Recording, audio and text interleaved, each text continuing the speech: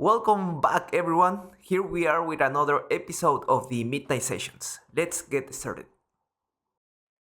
Okay, let's talk now about some repos that are being open source within the Midnight community.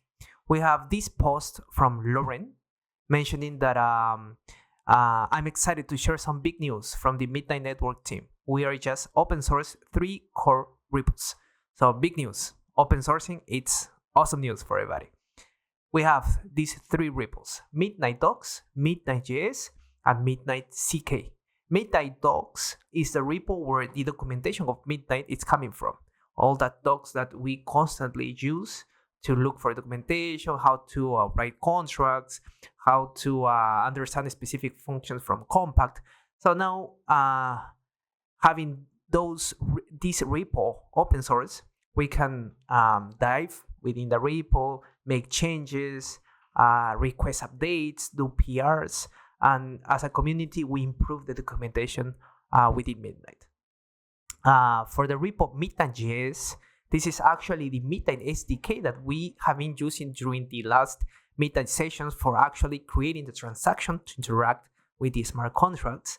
So now we can dive into this repo, understand how all this works under the hood, and if we want to change something within that framework, this SDK, we can actually do it and understand what can be improved.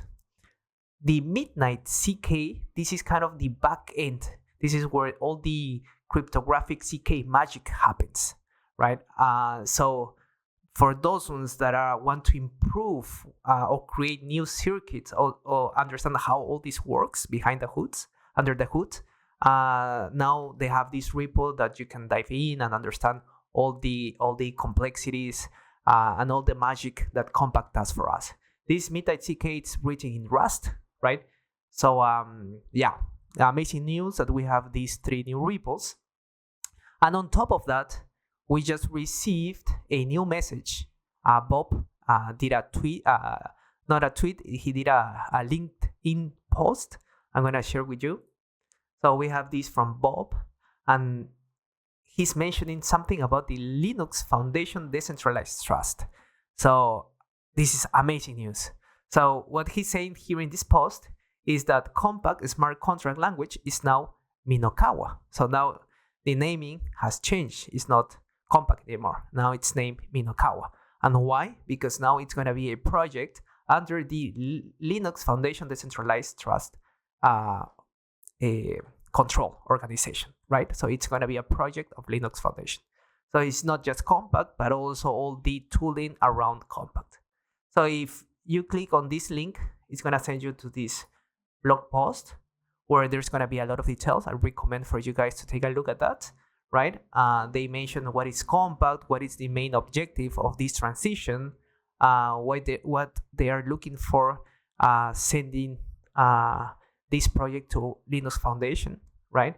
And they explain all the benefits of Compact, but we have been studying that during the sessions. But the main important part here on this transition and in this blog post is something they mentioned here, right? Now both the Compact language and its associated tooling, initially developed and maintained by the team at Shielded, are being handed over to the Linux Foundation. The move embodies the same ethos of openness and collaboration that gave rise to blockchain itself. So, amazing news. Okay, perfect. Let's talk now about the roadmap of Lace. Lace just published an text explaining their roadmap and their vision. We can see here that they say our product roadmap is available. Upcoming features, what's in progress, long-term vision for Lace, and from multi-chain improvements to UX upgrades. And they have shared a blog post where they explain this vision. They share a diagram and then some core features of specific segments. Let's take a look. So I'm going to open the blog. So here they are sharing a lot of products and their vision. We're going to study them all. Let's first open this diagram where they display the roadmap of Lace. We can see that they are dividing their roadmap in three kind of pillars: the product, core, and innovation pillars, each with a different percentage, indicating how much effort they are putting on each one of those segments. They have product, they have core, and they have innovation. The product part, I mean, it's obvious, 60%. Lace, it's really focused on the product part, but still they have some efforts on the core and innovation to keep the momentum going, right? So let's see what they have in the product part. We can see here that they have the Lace Midnight integration, Lace extension v2, Lace mobile v2. We've been hearing about that in constant tweets. Lace Firefox, right? NFT Print Labs, in-app swaps. We have seen other wallets doing this integration. Lace is going to have that as well. Cashbacks, voting center governance, transaction protection, XRP integration. Interesting. Tax, BTC DeFi. This is a huge product. Keystone support, embedded Lace. This is nice. Normally we have to interact with an extension, but now in the future we're going to be able to embed the Lace wallet within the application itself, so users, they don't have to be using something external from the app itself. Real-Fi integration, Lace gaming. And regarding the core, we can see that we have a Glacier drop. This is something that it's going on within the Midnight ecosystem. We have the multi-chain, multi-platform infra, full node integration. This is really important, right? At the end, Lace, it's a light wallet, but with this full integration, they are giving control to the users as if they were using a full node. Transaction optimizations, right? Everything in blockchain, it's a transaction, so it is important to have those optimized. Wallet scripting, we're gonna see more details in that later on. Global localization, social sign-in, really important to lower the barrier for new users getting into the blockchain world. Regarding innovation, we can see that they have some research regarding BTC support, BTC DeFi prototype, Identus integration. This is huge as well, along with identity. So with Midnight and Cardano, with the partner chains, they are focusing a lot on identity and privacy.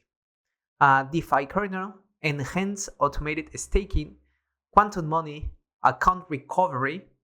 We've seen so many cases, people losing their seed phrases, their access to the wallets. So they are offering these services for those users that they want to actually use that, right? If you don't want that service, it's okay. Social networking. So we can see that the roadmap is huge, right? So let's take a look at some of those points at the roadmap and see what Lace have to say about that. So for example, for Lace V2 mobile, bringing crypto to your fingertips. A major milestone for 2025 is the launch of Lace V2 for mobile, ensuring a seamless and intuitive experience on Android and iOS. As more users embrace mobile-first crypto solutions, Lace will offer secure asset management, dApp interactions, and cross-chain capabilities, all from a smart phone-friendly interface. Sorry. Regarding supporting Bitcoin, expanding the world's largest cryptocurrency. Bitcoin remains the foundation of decentralized finance, and Lace is taking a bold step toward the Bitcoin support. Soon, users will be able to send, receive, and hold BTC within the wallet. So this is one of the steps they mentioned, right? They want to be a multi-chain. So right now they're supporting Cardano. In the future, they're going to be supporting Midnight and BTC as well. Further down the roadmap, Lace aims to unlock Bitcoin DeFi. So we have seen this famous switch that people can pass their Bitcoin to Bitcoin DeFi. So they can use their Bitcoin as collateral to interact with the DeFi world, for example, within Cardano. So enabling BTC holders to engage in decentralized finance across multiple chains. Additionally, Lace is exploring the acquisition of a BTC wallet to accelerate adoption and provide seamless migration path for Bitcoin users. This is really important and it's huge, right? At the end, everything boils down to user experience and how easy it is for users to interact with the interfaces, right? At the end, we are talking about normies getting into blockchain. So they should feel like they're interacting with a Web2 world, but actually they're benefiting from services from Web3. Becoming a multi-chain powerhouse. Lace is evolving into a truly multi-chain wallet, removing blockchain barriers and enabling seamless interactions across different ecosystems. In 2025, Lace will integrate Midnight on mainnet, incorporating Midnight's privacy-focused blockchain. The roadmap also includes Ethereum DeFi, unlocking DeFi opportunities using Ethereum and enabling users to interact with multiple blockchain networks effortlessly. So we see here that it's actually a multi-chain wallet.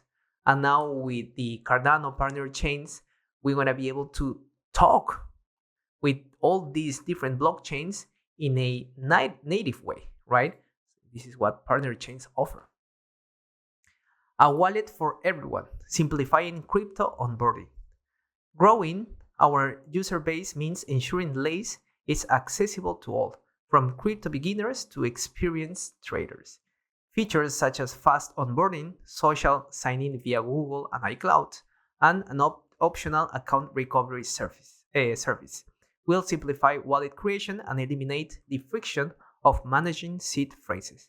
By lowering the entry barrier, Lace is making Web3 more accessible to a global audience, right? I mean, this recovery service and be able to log in using Web2 normal logins instead of seed phrases, it's huge. This is something that I've seen a lot of businesses and new users asking and requesting for those features. Advanced tooling empowering power users and developers. We can see here that Lace is focusing on multi-chain, but actually on different scope of users, like beginners, but actually as well for power users and developers. For users seeking greater control, Lace is introducing advanced tooling to enhance automation, security, and transaction management. The wallet scripting interface will allow users to automate transactions, batch payments, and manage assets with precision. Keystone support will provide an additional layer of security, offering robust authentication options for enhanced wallet protection. Huge. I love Keystone. This is a hardware wallet that offers a lot of security and it has a lot of features as well. So it would be nice to have this integration with Lace. Web3 differentiation standing out in the crypto wallet space. Lace is designed to stand apart in the Web3 ecosystem by delivering a superior user experience. Embeddability will allow third-party providers to integrate Lace as their preferred wallet solution, right? So this is something that I love and I actually want to do it for the products that I'm building.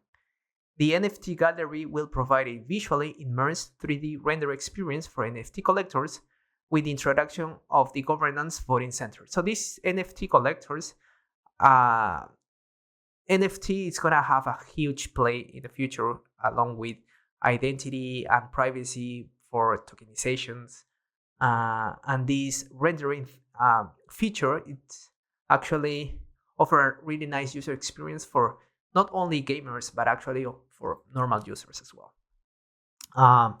With the introduction of the governance and voting center, Lace users will have the opportunity to participate in Catalyst governance and shape the future of decentralized networks. So the blockchain can be used for different use cases, and ones that are being used by normally kind of like power users, it's governance, voting, and actually participating within Catalyst, which is the decentralized treasury platform for builders to get funded using the Cardano treasury.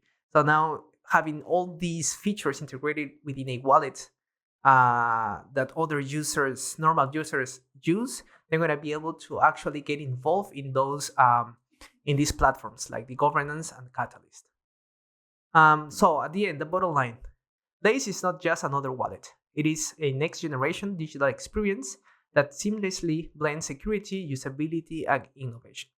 With the advanced mobile experience, seamless Bitcoin and multi-chain support, simplified onboarding, and powerful Web3 tools, Lace is setting a new standard for crypto wallets. As these initiatives roll out in 2025, Lace remains committed to delivering a comprehensive, user-centric, and future-proof solution for the next wave of Web3 adoption. So, good job, Lace. I'm looking forward for all this roadmap and the future products. Okay, perfect. Now let's recapitulate what we talked about during the last session. It was the Mesh starter template for Midnight. It has been updated during the last week, so I really recommend this starter template for everybody starting building on Midnight, since this starter template comes with a lot of batteries included. So it makes it really easy to start a new application and deploy it on Vercel, for example. So let's take a look here. What are the features included on this starter template? So I made this tweet where I list all these features, right? We have the wallet widget, which the starter template comes with these React components, UI components, with all these workflows to actually talk with the wallet. So when using this starter template, you don't have to worry about how the wallet works, what are the APIs necessary to interact with the wallet. You just download the starter template, and this wallet widget is going to handle all this workflow for you. We are using this framework for composable contracts. Later on, I'm going to show you the repo where you're going to see how easy it is to add contracts at the logic part, at the CLI part, and also at the UI part. All these starter templates being powered by Mesh and Midnight SDK. We are attaching the folders that includes testing frameworks for both the logic part and for the providers part. We are also including a TUI, right? So at the end, when you're doing contracts, you have different options for testing. You have the logic part, the CLI part, and you have the UI part that should come at the end, right? But in the middle, if you want something that you can interact with the contract without including a UI, we are including this TUI, which is a text user interface. Also, it comes with CLIs to talk with the different APIs and providers. You have React providers and hooks for seamless integrations. Fast builds using through repo, so it's really easy to build this starter template.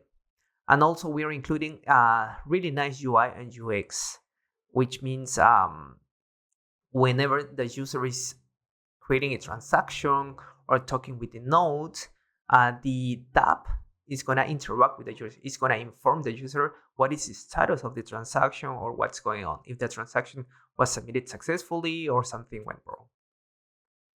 And also, we are using the latest Midnight libraries for Compact, right? So we have this new Compact tool, and that makes it really easy now to actually compile smart contracts.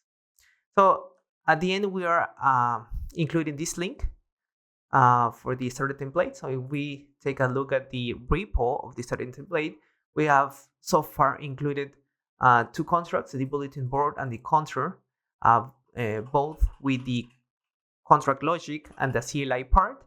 And we have this front end with React folder where it includes all the UI part.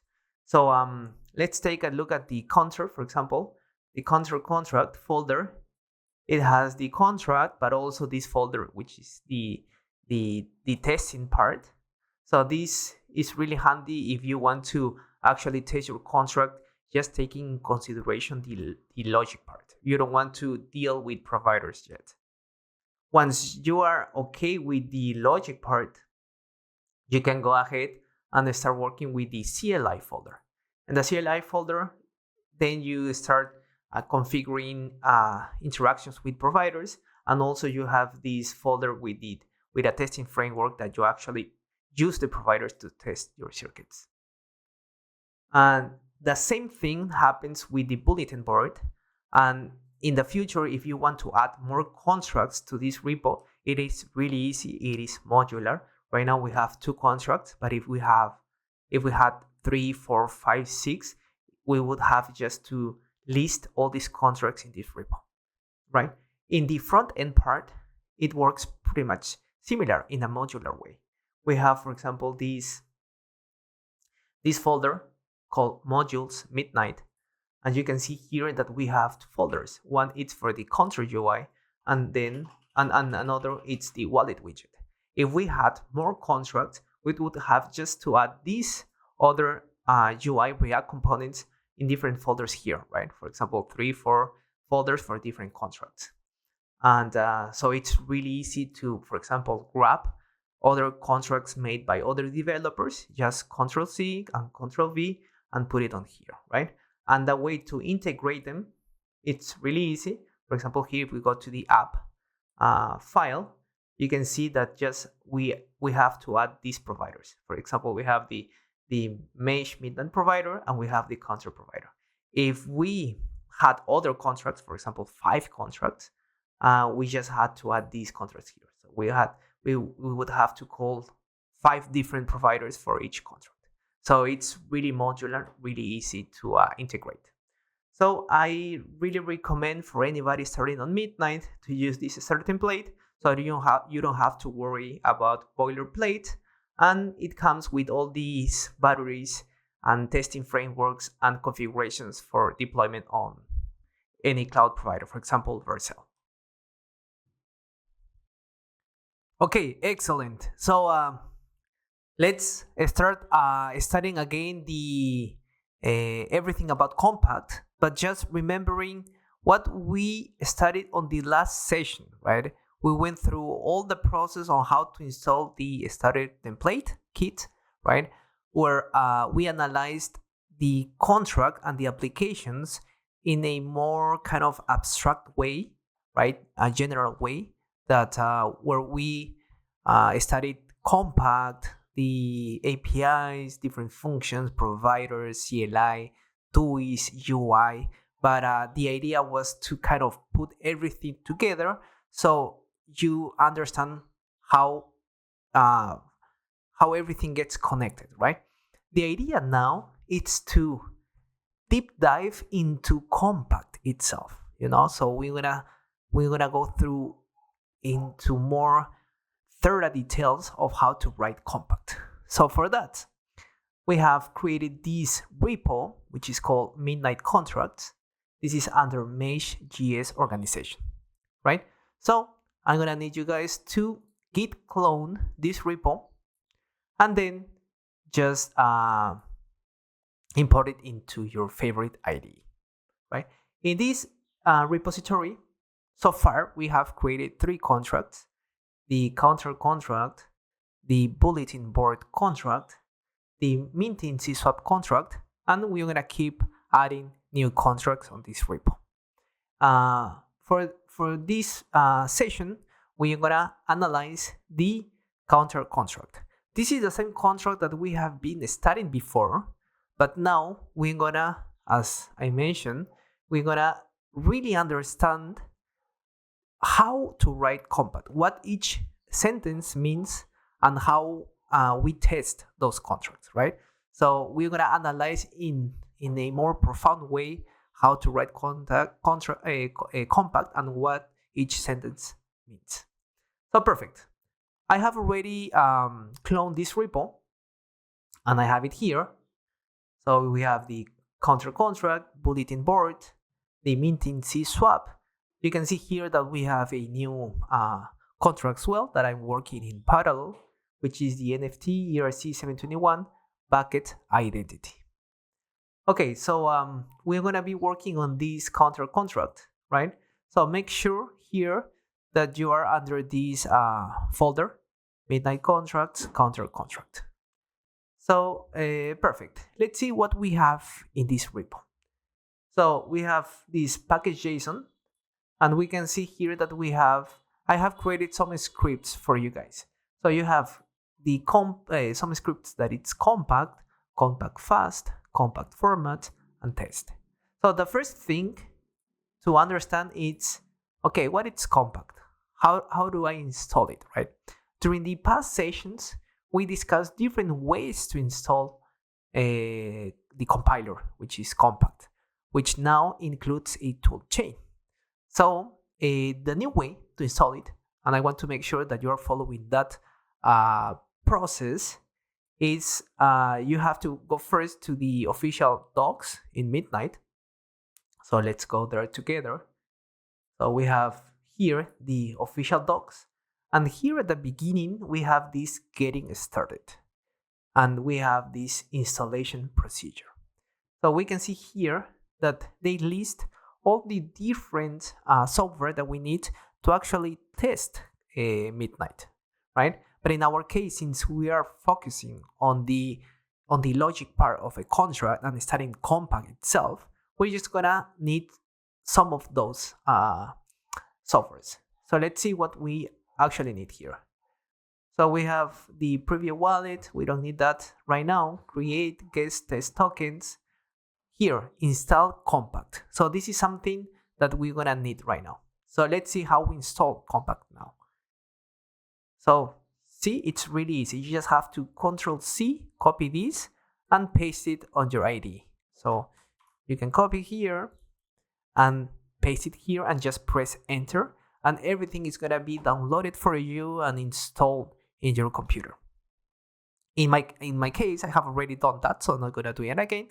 But after you guys have done that, let's see how you can confirm that everything was installed correctly. So as I mentioned, the path is going to be installed for you. You don't have to do anything.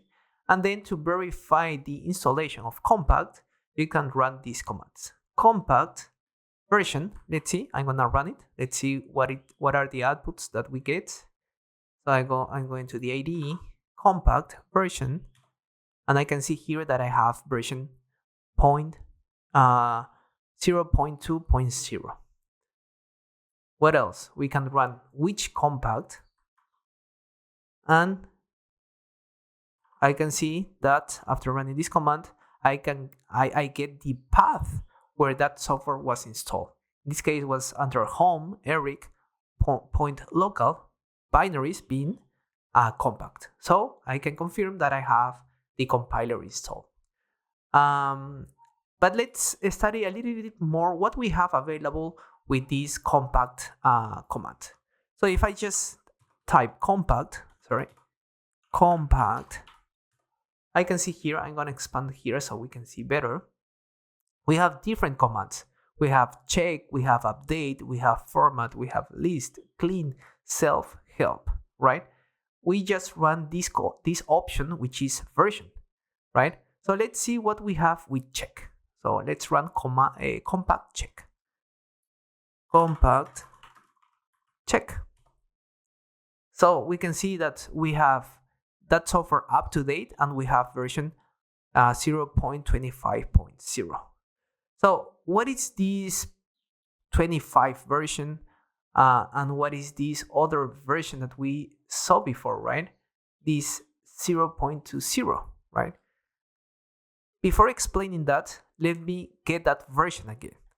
So if you see here that you have another command called self. So let's run compact self. So here you have new commands now, right? And you have another check. So let's run this check again. We get this up-to-date version 0.2. So what is the difference between this compact and this compact, right? So one, it's the toolchain, and the other one, it's the compiler. The toolchain, it's kind of the software that is gonna manage, it's gonna integrate all different tooling necessary to interact with compact or interact in some way, not just the compiler. In the future, there's gonna be different tool softwares that you can use to play with compact. So this is the toolchain, and we have version 0.2. And this 0.25, it's the actual compiler. So we have version 0.25. Excellent. So with that, we can see that we have these other commands, format, update, but we're gonna take a look at that later. In our case, for the scripts that I have included on this repo, we see that we have compact, compact fast, and compact format. What each of these scripts it's actually doing, let's see. In the compact, we are running the compact compile. So that's another method that we have. So with the compile, we are actually performing the compilation of our construct. We're using version 0.25, and this is the input. We can see that we have a file with the extension .compact, and this is where the compilation output is going to be stored. This compact fast, it's doing the same, but I'm adding this flag, which is skip ck. So pretty much we are compiling the construct, but I'm not creating the cryptographic material. Why? Because sometimes I don't need that material. In our case, since we want to study the logic part of our construct, actually we don't need that cryptographic material, right? Because I'm just want to test the logic part. And what I get from that as well is that we get to compile our contracts way much faster, because the creation of this cryptographic material actually takes time. And if your contract is huge, this creation is gonna take a while, right? So you pretty much accelerate the process of checking your contracts with this flag.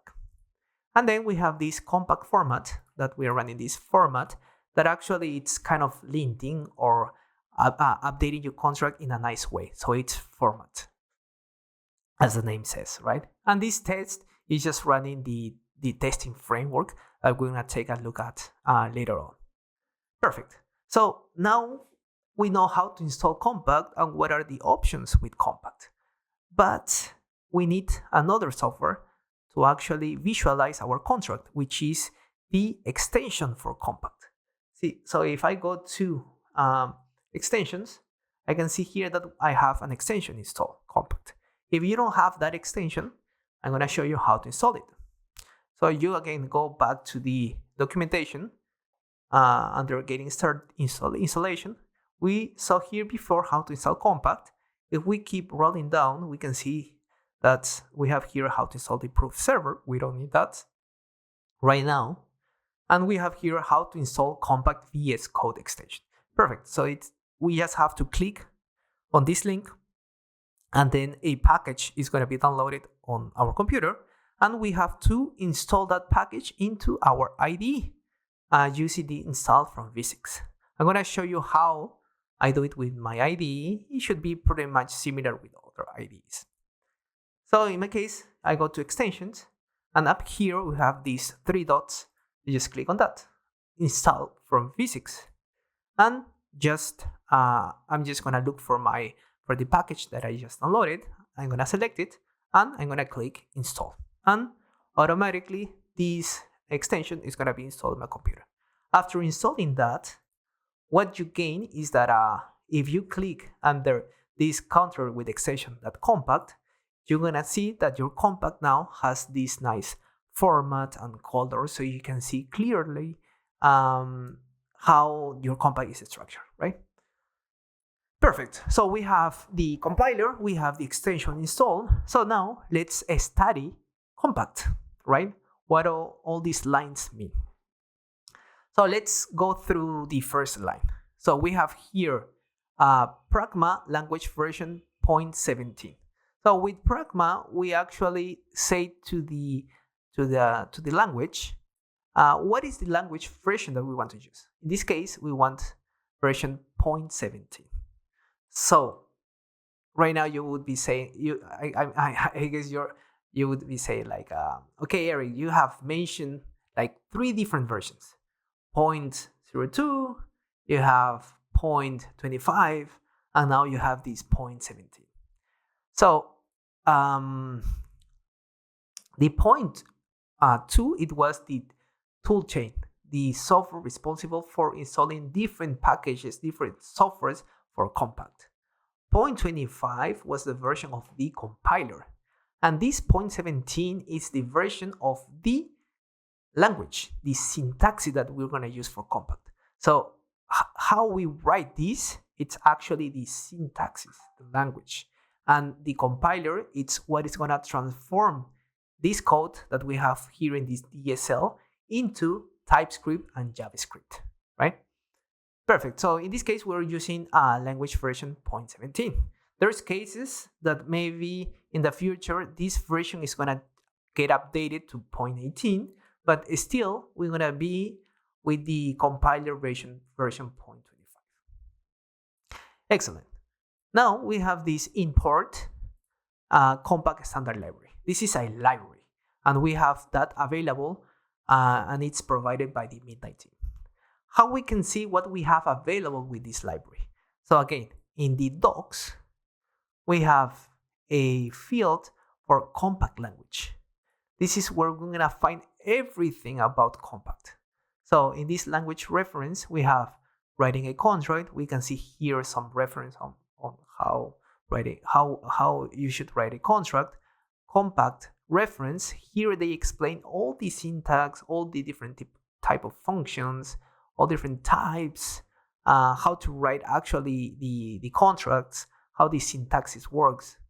So this is kind of the Bible for Compact. Then you have ledger data types. This is types specific for the ledger variables. You have opaque data types, and you have the Compact standard library. This is the module I was just telling you about, and this is everything that we have inside that module. We have different extracts, and we have different circuits. We're going to be studying all of these as we go through the code, but right now we are just going to reference those functions or circuits or types that we need for the counter contract that we are taking a look at right now. So if we go back to the contract, we are importing this Compact standard library. In this way, we have available all these functions that we just took a look at. Perfect. Now let's define some public state. So in Midnight, we have public state, we have private state, and we have the function that interacts with these two words, right? Which is a circuit. So in this case, the counter contract, we don't have any witness. We're just gonna declare ledger types and circuit types. So perfect. For the case of ledger, we're gonna declare this variable called round, right? Which is a ledger, and we have this export. You can see that it looks really similar to TypeScript, and that's intentional. Compact was written in a ways that developers feel like they are writing TypeScript, but it's a DSL, right? After compiling the contract, you actually get the JavaScript output. So perfect, you have this variable round, ledger, export. This export, what actually does, it exposes this variable for the user. So the user can actually read that variable through the contract APIs. If you don't have that export, this variable is not going to be visible from external users, just within the contract. And the type of this ledger variable, it's counter. So something to take in consideration is that we have different classes of types within Compact. We have the ledger types, compact types, and custom types. So in this case, since this is ledger, we have to use ledger types. So what are those?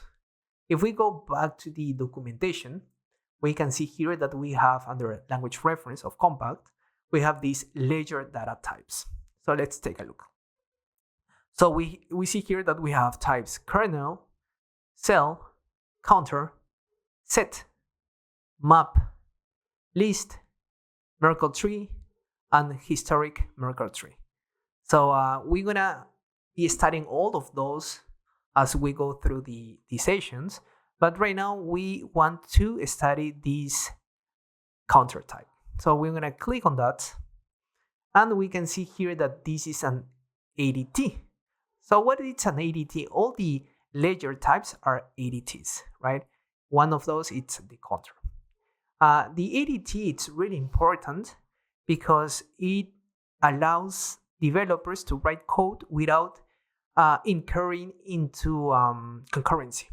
So, for example, if we hadn't this kind of types, two users that would want to send two transactions at the same time, probably one of those transactions would fail because they would overlap in a way that it's conflicting. With ADT, these kind of types avoid that situation. So in the case of counter, instead of incrementing from 1 to 2 and the other user from 2 to 3, right? The counter, the actual objective of the user is to increment the value of the counter, whatever value it is right now. They just want to increment that value by 1. So you can see that now it's not going to fail, even though two users interact with that counter at the same time, because it doesn't matter what was the previous value. The intention is just increment the value by 1, right? So as counter, we have all these other types that are called ADTs to avoid concurrency. Excellent. So we have this counter and we have different methods. We have decrement, increment, less than, read, and reset to default. We can see here that all these ADT and types, they have a default value. In the case of counter, that default is 0, right? And the arguments, they also have types, but these are not ledger types. They are compact types. So how can I know what is this uint16 or uint64? So in this case, we go to this compact reference, and we can see here that we have primitive types, and one of those is the uint. This is one of the nomenclatures, but you can write uint this way, right? And what means this n, which is, it means that it's an integer with the size that it starts from 0 and goes all the way to 2 elevated to n, right? So this is what means uint. It's an integer of size 2 elevated to n. Excellent. So we know what this means, right? With the ledger data types. And going back here to the code, we can see here that, okay, we have already declared the variable type round of type counter, and now we're gonna call a circuit. So for that, we define a variable, a function that it's circuit. We are adding export again, so the user can actually call that circuit. Otherwise, this function would be callable just within the contract. We are not passing any arguments, and the output of that function is just an empty array. And the actual body of the function, we are calling the variable type counter, and we are calling a method. You can see that it feels like TypeScript, right? Compact was intentionally written as TypeScript, so it's much easier for developers to start using Compact.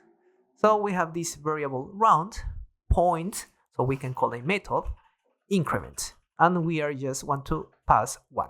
This one, Compact is gonna treat it automatically as a uint16, right? So perfect. Whenever somebody calls this increment function, the variable round is gonna be incremented by 1 without causing problems with concurrency. Excellent. So now we have the contract. What we need to do now is compile it. So we know how to do that, right? We have those scripts that I just mentioned. So for compiling, we're gonna do this npm run compact. So if I run this, I have compiled one circuit, which is the increment, and the circuit, it's called increment, and it has size 10. And the output, if we go back to the package.json, we can see that the output is going to be stored under source manage counter. So if we go back here, we can see that under source managed, we have this output after compiling the construct. All this information here of the output of the compiler, it is not important for the developers to actually understand when writing applications, but we will in the future, during future sessions, study the outputs for those that want to kind of really understand the how everything works under the hood, right? But it's important to mention that for those ones that they don't want to understand, it is okay. You don't need to understand that for actually writing applications. Excellent. So we have the output, and we still need to declare this other file, which is the witnesses. As we saw before, this contract doesn't have any witness, even though you need to declare at least an empty object as a witness. So we are declaring this empty object, and the types, we're just calling this object private counter number, right? We don't need any type. This is kind of the zero value for private information. Excellent. So we have the private information, we have compiled our contract. Now we want to test the logic, right? How do I know that the contract is working correctly? So for that, we have this other folder called test, that we have a framework for testing the logic part. We are gonna do that in the next session, that we're gonna go through all this framework to actually test a contract. But until then, what I want you guys to do is to download this code, clone the repo, install the dependencies, and actually run this contract, compile it, and see that you have these outputs. And in the next sessions, we're gonna go through this folder and understand how to test the logic part of our contracts. Okay, perfect. Now let's get into the questions and answers section. Now that we are recording the videos in a asynchronous way, the way that we're gonna answer the questions, it's gonna be by looking at 3 platforms, right? We're gonna go through what are gonna be those platforms or channels, so you can see how the process is gonna work. So the first one, it's gonna be the Midnight Discord channel.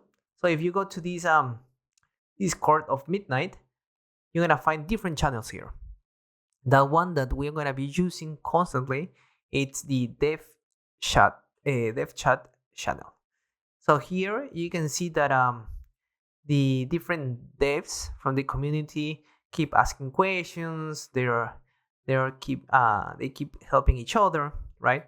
They answer the questions. They attach new links. Here is kind of difficult to follow all the questions because it's kind of synchronous, and it's not filtered by topics. Even though here you have some threads, but normally, as you can see, the last one was written like 30 days ago. Normally, what people do here is just they write the question and people help each other, right? But then if you want to kind of go back to a specific topic, it's really hard to follow. So in this case, you pretty much have to kind of start from one point and keep reading the different discussions, right? So we're gonna be using this chat to answer some questions that you tag me, or if I find some specific question that I see that it's fit to the level that we are right now at the midnight session, I might share it with you guys. Okay, the other channel that we're gonna be using, it's the forum from Midnight as well. So if we go here to the forum, here you can see here that we have this link, forum.midnightnetwork, and here you're gonna be able to see what are the different topics. You can filter by categories and by tags. Categories, we have glacier drop, technical questions, general, ecosystem, hackathons, wallet, node operations, updates, MIP, and product feedback. And you can also include tags as learning, compact, best practices, ecosystem, previously asked, community, error help, blog, and MIP, right? So for example, if you want to create a topic, you just click here, new topic, and then you're gonna have to type down the title, and then you can specify what is the category of your topic, include some optional tags, and then just write what is the problem about.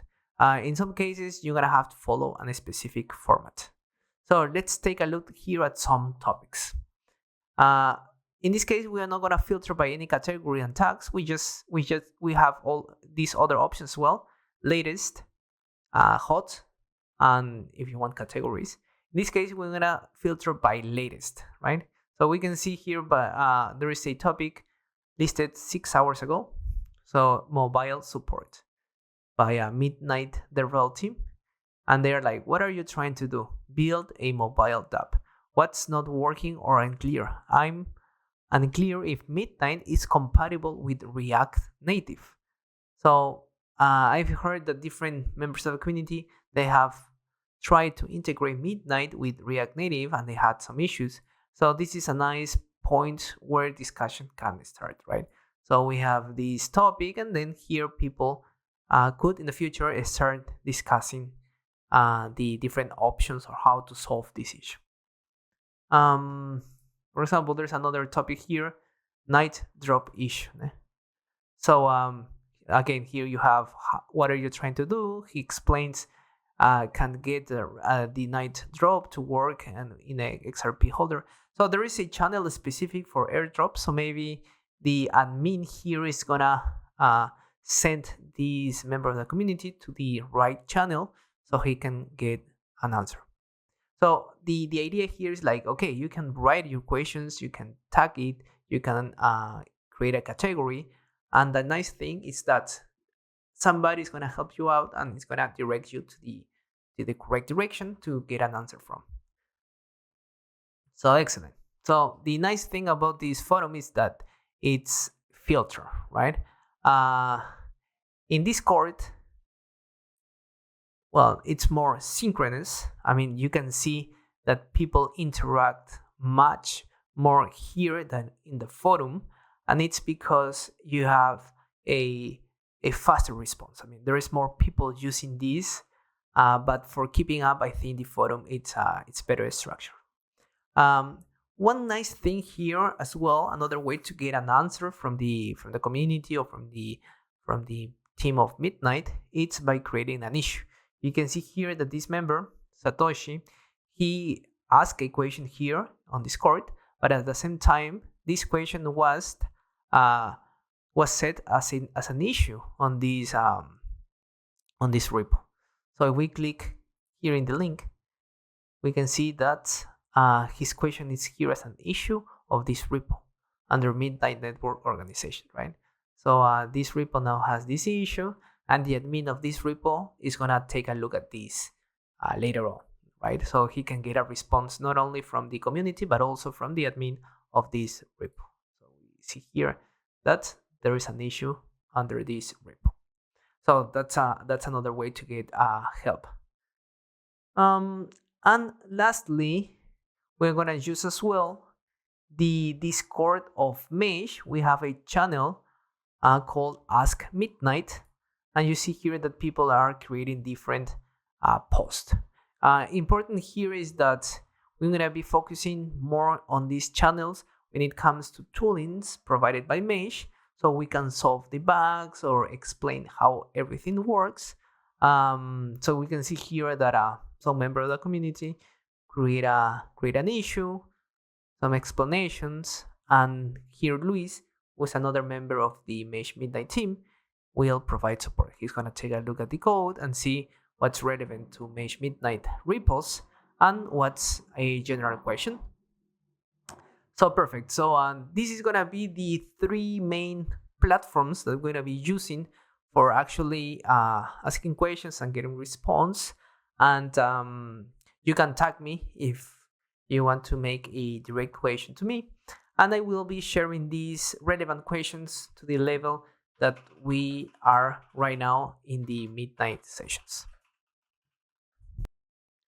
Perfect. Let's check now another platform that it's not focused on questions and answers, but it's more focused on collaboration. This is a repo that it's being developed by the Midnight team under the Midnight organization. The repo it's called Community Hub. In this repo, people, the community, it's gonna be able to create issues.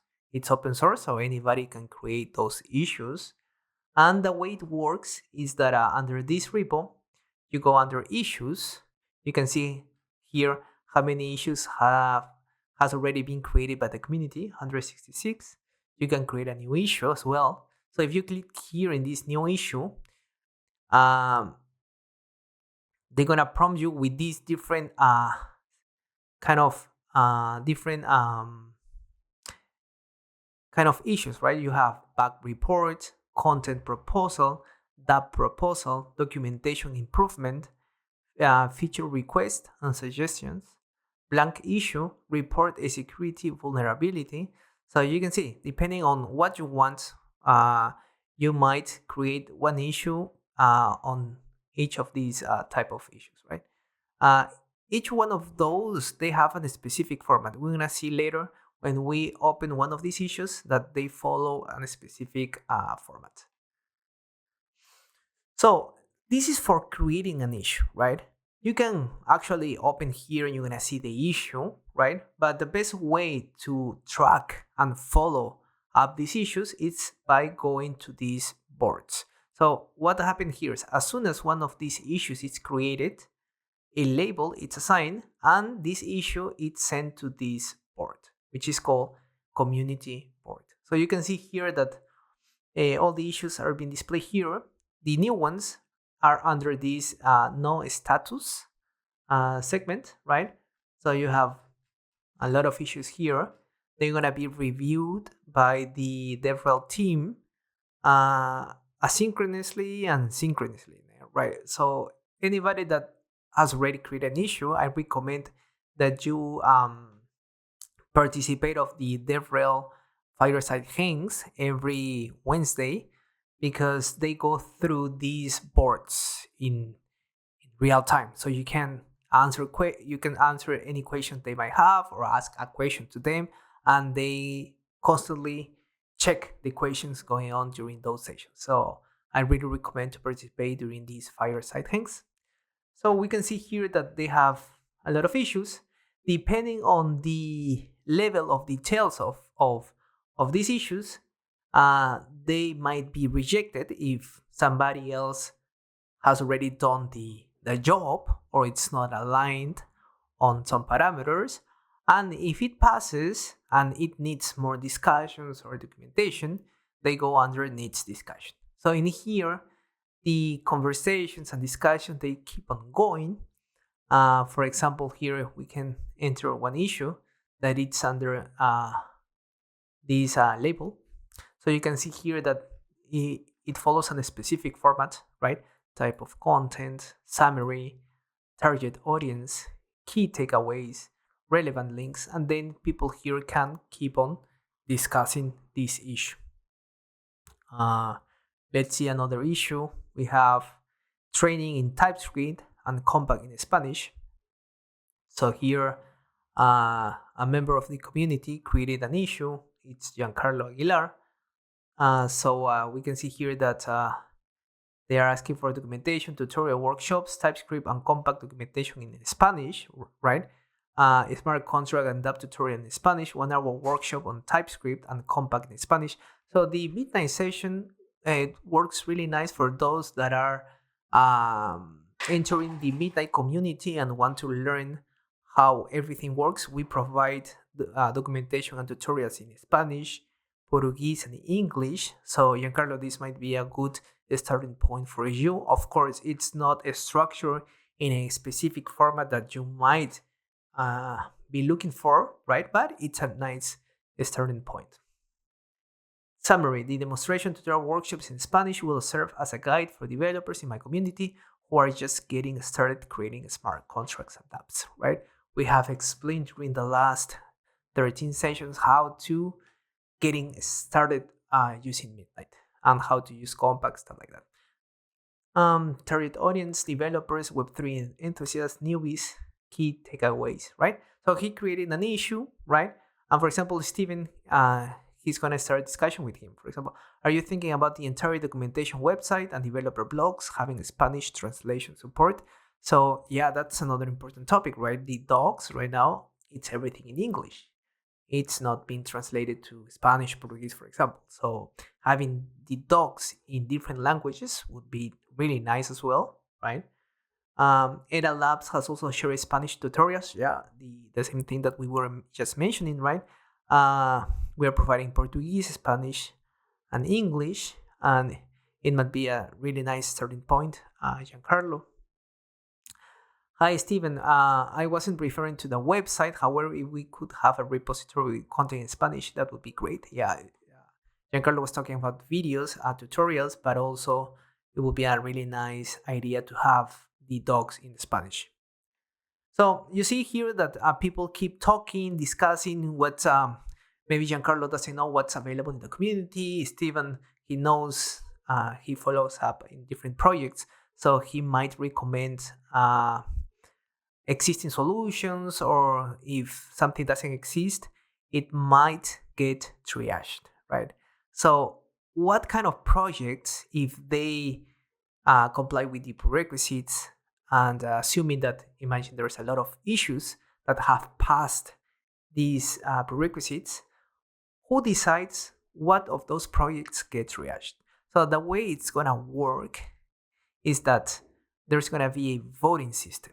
So for example, this project has been voted a lot, right?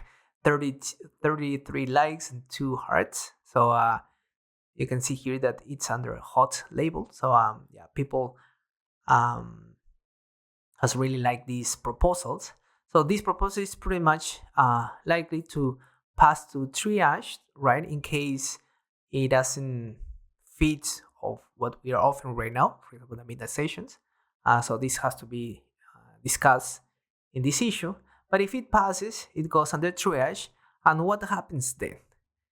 These issues goes directly to grab and go board. So you can see here that we have no status, to do, in progress, and done, right? The no status are issues that are going to be triaged. Then to do, there are next to be implemented, right? And once they're being executed, they are under in progress. For example, in this case, these 2 issues, they have been assigned to Steven.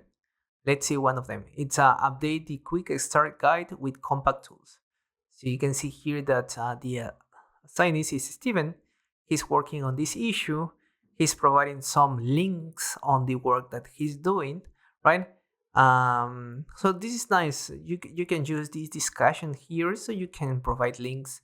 In this case, I can see here that he's using Docs, so there might be some discussions happening on Google Docs, for example, right? And once these issues are done, what happens? Normally the issue is merged, right? So in this case, we can see that this issue is done because it has been merged with the corresponding repo. So, well, that's the way it's gonna work, and we're gonna actually take a really close look in future sessions in this community hub and the issues, so we can collaborate with the community. Thanks everyone for joining another midnight session. It was great learning together. See you in the next episode. Bye bye.